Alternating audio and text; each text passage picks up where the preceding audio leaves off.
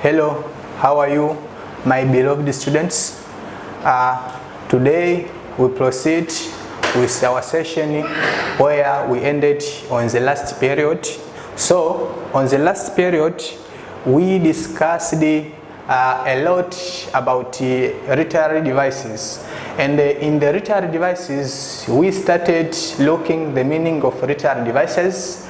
Also, thereafter, we discussed the sum of literary devices. So I want to remind you for those literary devices which we discussed on the last periods. So we started with a first literary device which is symbolism. We discussed about symbolism, and I want to remind you a little bit about those literary devices which we discussed on the last periods. So we started looking about imagery, and short and clear of it, we said that when you talk about imagery, it simply means that is a literary device which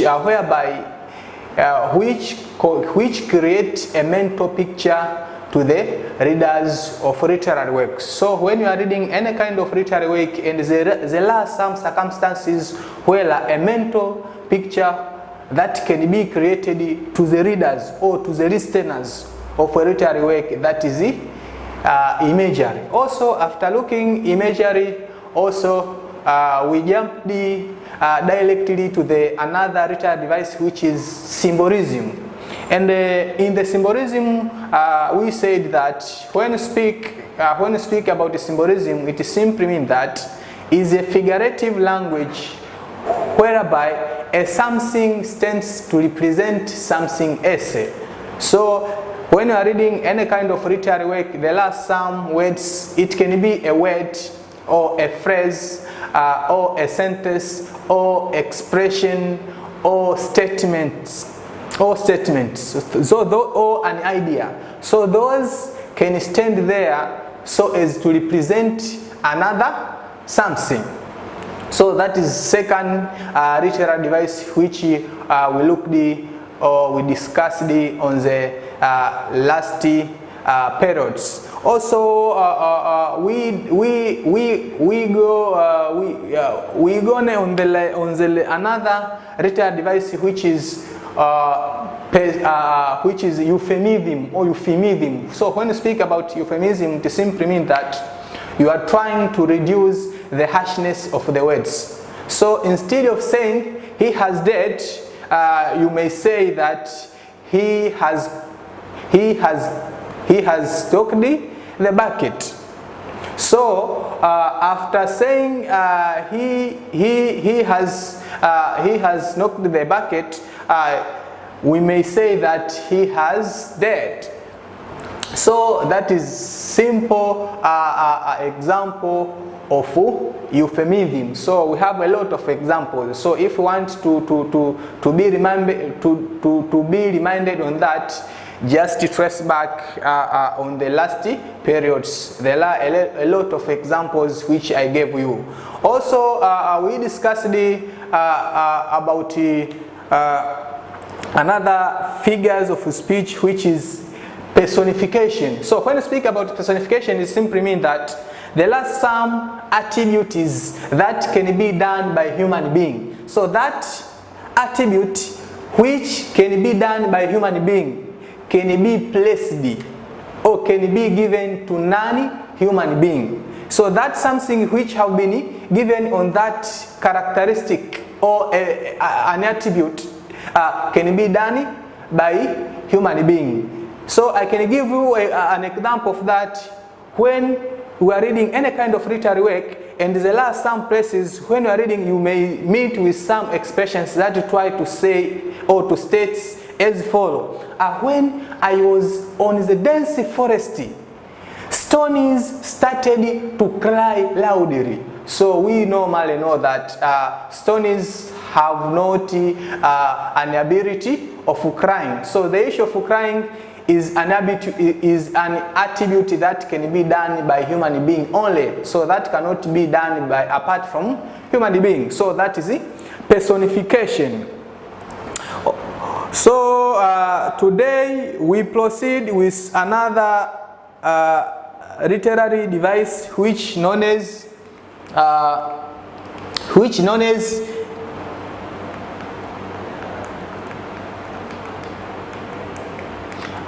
metonym.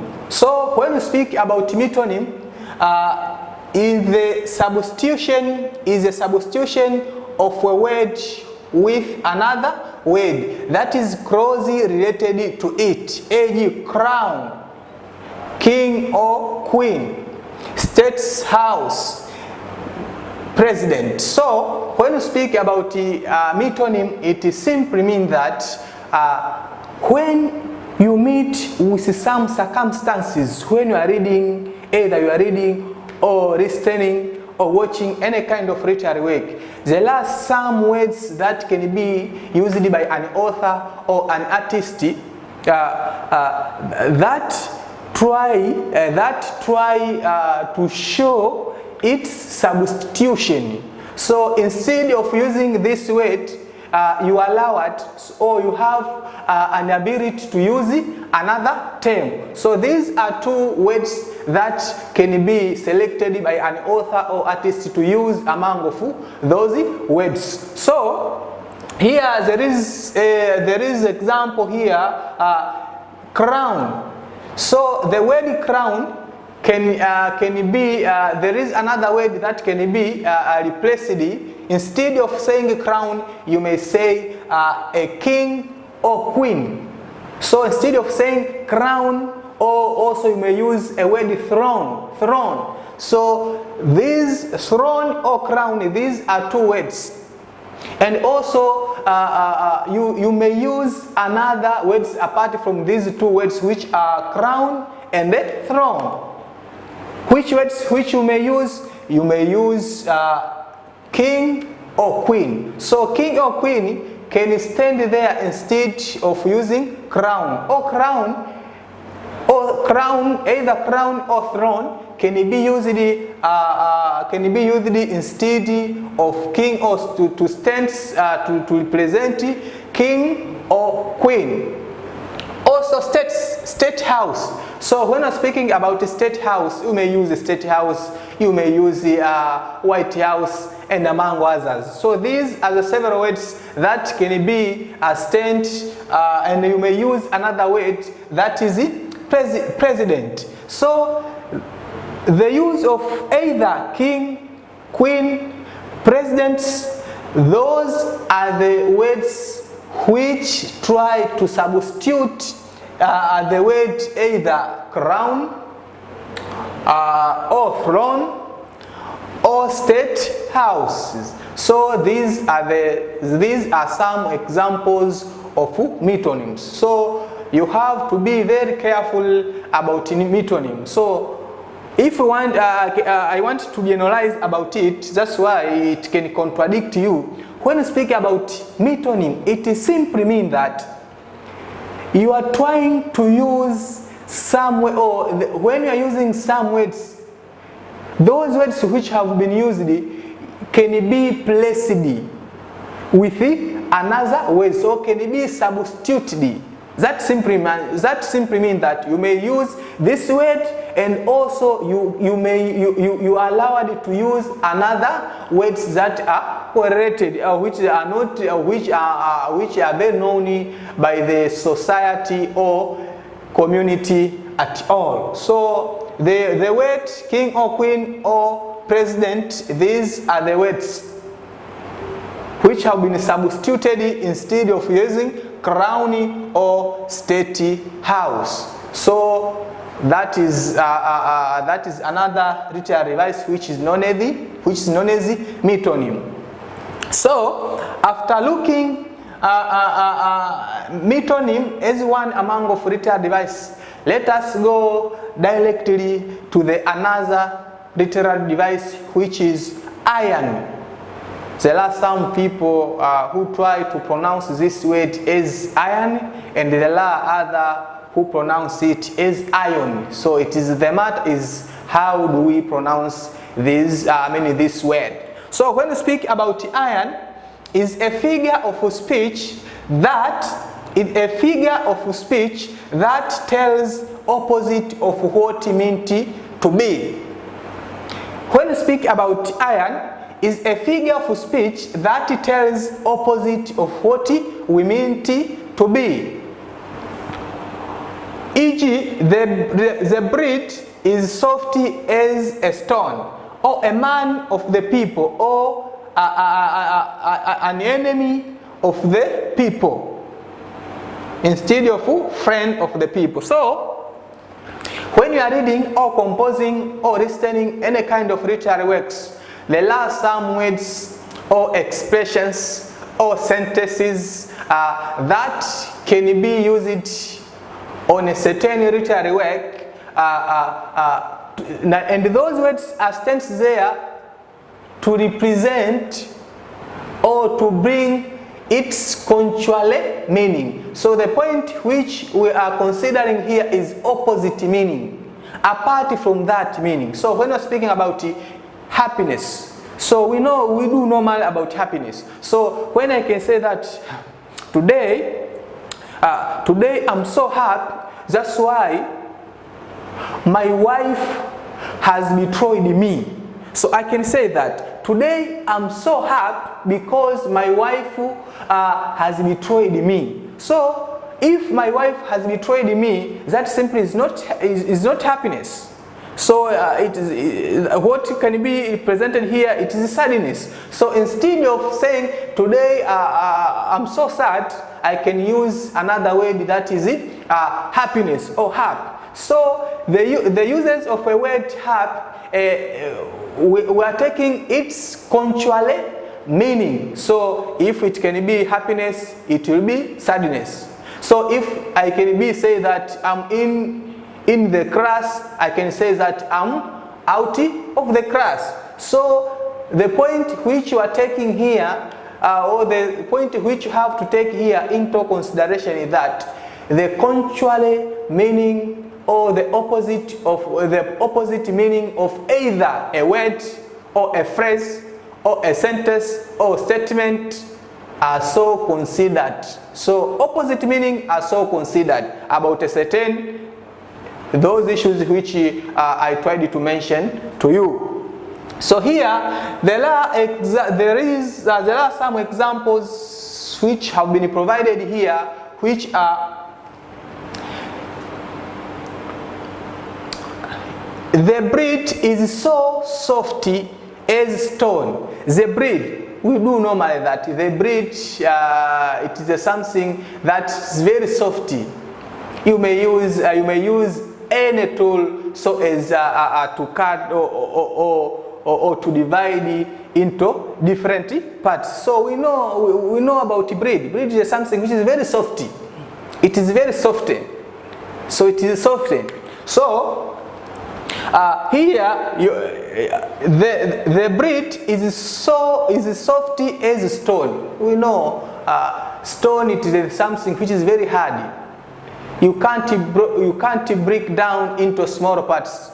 But you have tried to use bread to compare bread, the hardness of a word or the hardness of stone with bread. So the point which you have to take here is that the bread is so hard. The bread is, instead of saying the bread is so hard as a stone, but we may say that the bread is so is soft. So here the word soft here, we may say that we can use another word that is hard, but here there is a word which is soft. So soft stands here to mean opposite meaning, and the opposite meaning of soft is hardness. So that is a first example of iron. Also another example is a man of the people. A man of the people. So when we speak about a man of the people, maybe he or she is an enemy of the people due to his or her behaviors which he or she tries to show when he wants or when he contacts with other people in the society or in everyday activities which are being done by himself or herself. So here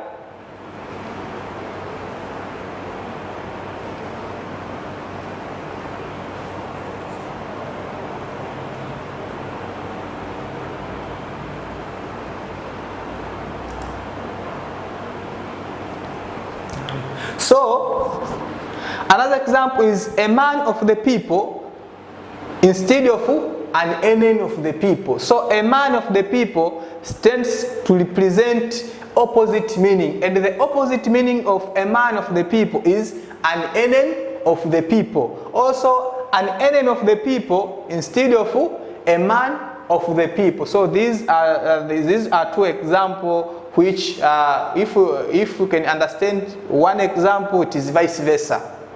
So those are the examples of iron.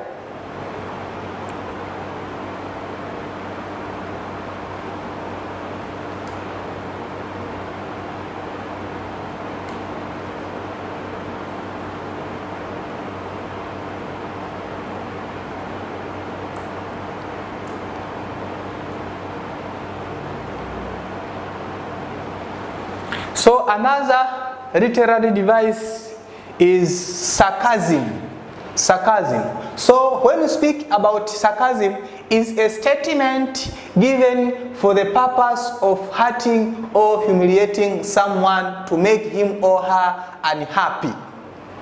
When we speak about sarcasm, is a statement given for the purpose of hurting or humiliating someone to make him or her unhappy or angry. So in our daily activities or in our daily experiences which we communicate or we contact or interact with several people or friends or our relatives and among others. So there are some issues which we want, or when we want to criticize someone, we may use some words so as to show him or her's wrongness. So if we want to show the wrongness of someone, you may use some words so as to criticize on that behavior.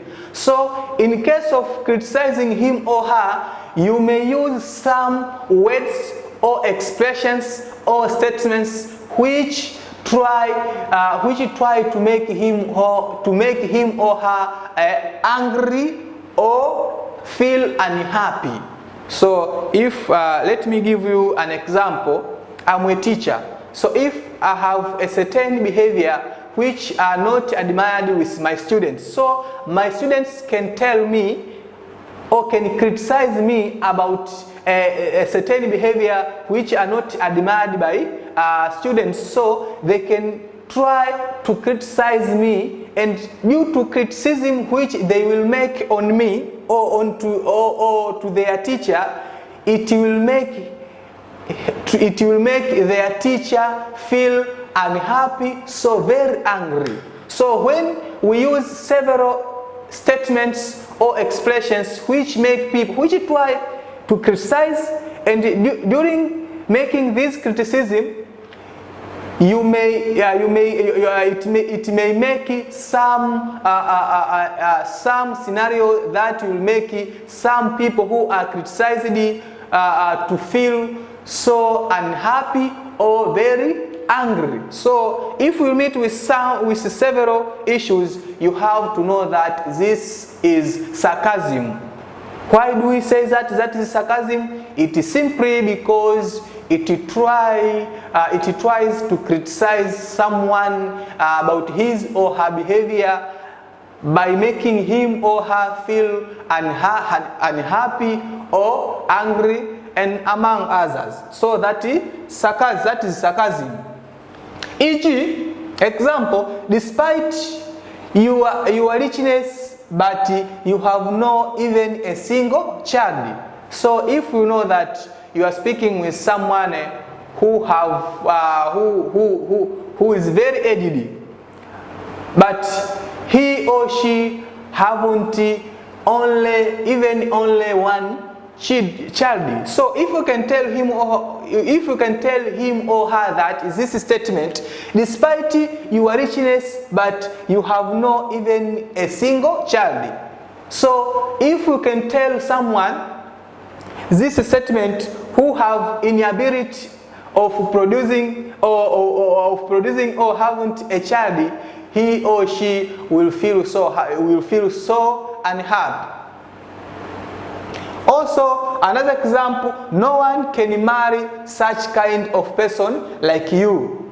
So if you are a man and you are speaking with a woman and you are trying to approach him, you are trying to approach her, but when you are trying to approach her, if she does not want to accept your request, at the end you may tell her that despite of beautiness which you have, no person who will come and marry you.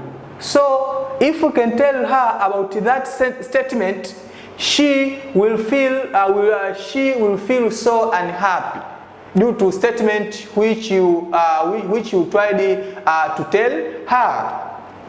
Even if you are a woman and you can speak, or sometimes you are speaking with a man and you can tell him that you are not handsome, so automatically he will feel so unhappy or feel angry due to that statement which you told him or her. So that is sarcasm. So you are trying to criticize someone. By using words that will make him or her feel unhappy or angry. So that is a lot of expressions which I was trying to tell you to make elaboration about sarcasm. So another literary device is tautology.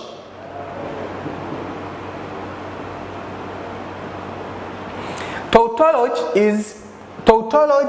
is the repetition of the words. So when we reach on the poet as one among of written genres, we will discuss a lot about poetic devices. So the issue of tautology is one among of repetition. So there are a lot of repetitions, but here there is one among of literary device which is tautology. So when we talk about tautology, it simply means that is the repetition of the words. So when you are reading any kind of literary work and there are repetitions of the several words which have been repeated more than one, you have to determine or to know that this is tautology.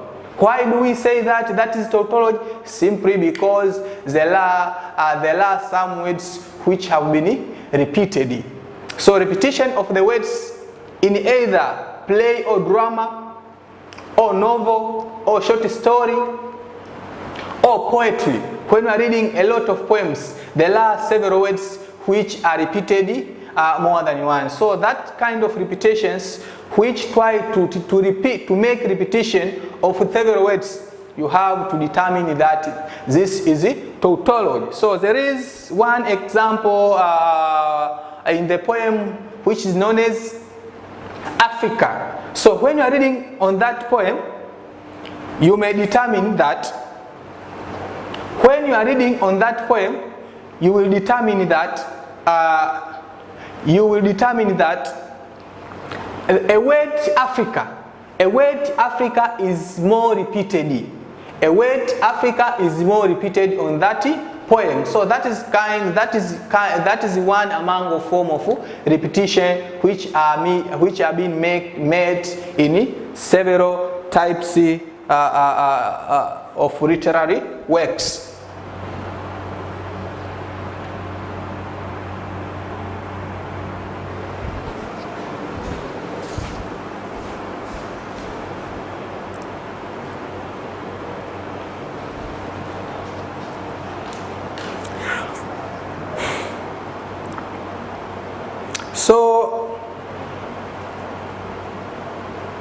Example, my God, my God. They do.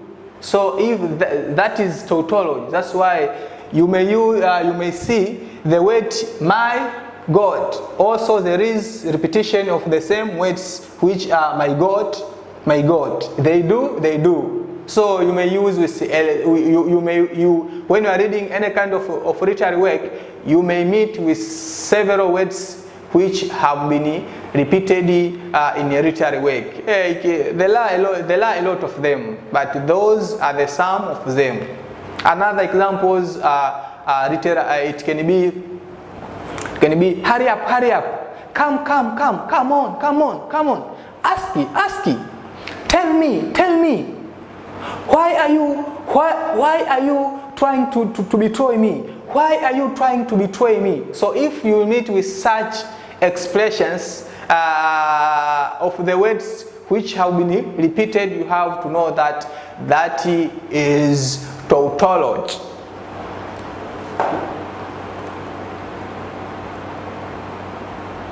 Another literary device is rhetorical question.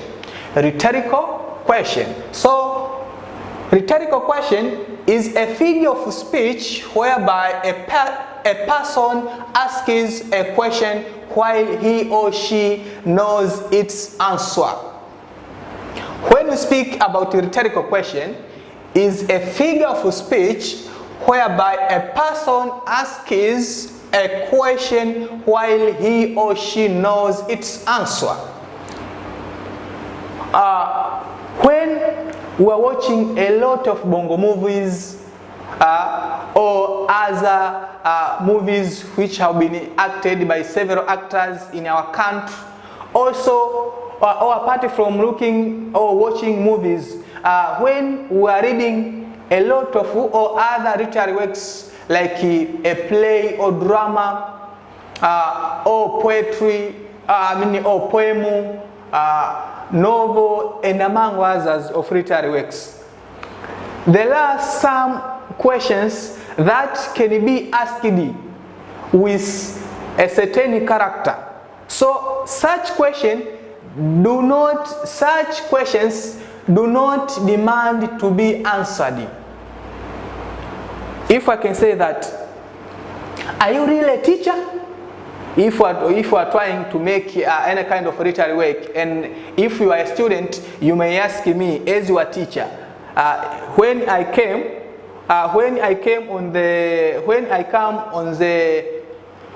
in the classroom, and one among of a student can stand and ask is that, are you a real teacher? If I came on the classroom, and the way I'm looking for, he or you or a lot of students can know that or can determine that he is a teacher. So if I'm a teacher, why are you trying to ask that if I'm a teacher or not? So that is a rhetorical question. So these several questions which can be asked do not want to be provided its answer. So that is the rhetorical questions. Are you serious? It's you? It's real you? What's your name? Are you Juma? So those are the examples which can appear in most of literary works. Here there are examples. You know that he is John. You know that his name is John, but still you ask him. Still you ask his name. So you actually know his or her name. He or she can be John, Asha, Christopher, Helena, and among others. But you may ask, are you John? Are you Asha? Are you? So I think we discussed about iron. Also, after looking about iron, we discussed about sarcasm. So when we were discussing about sarcasm, I do remember I told you that it is just like criticism. So you are making criticism, but that kind of criticism which you are trying to make, it can try to create, or someone who are trying to criticize, he or she will feel unhappy, so angry. But in satire, also it is another form of criticism. But when you are trying to criticize someone, you are trying to use humor. If you have your brothers-in-law, in Kiswahili we say, we may use that shemeji yako. So when you are speaking about, your brothers-in-law or your sisters-in-law, you may use some expressions that try to criticize them about their behaviors which they do normally.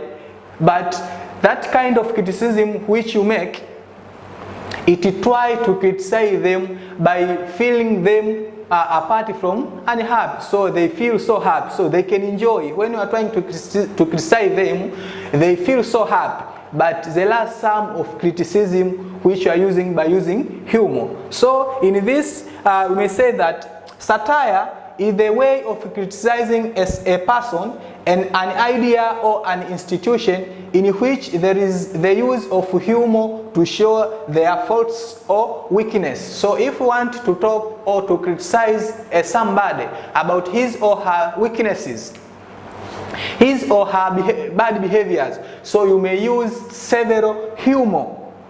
When you speak about humor in Kiswahili, we may say utani. So you may use humor so as to criticize him or her about bad behavior which he or she tries to show. Also, it can be his or her weaknesses, so that is another form of making criticism. So after a long discussion which we did about those literary devices, there is a task here which you have to tackle. This question states that by using any literary text, find out literary devices found on that text. So you have to find out any kind of text which you have. So you may Google it. If we are using smartphone and Mango accessories that can enable you to find out any kind of literary text. Also, maybe you have any kind of readings, but that kind of readings which you have, it is literary work. So you have to find out those literary devices which found on that text. Thank you. See you on another session. Thank you.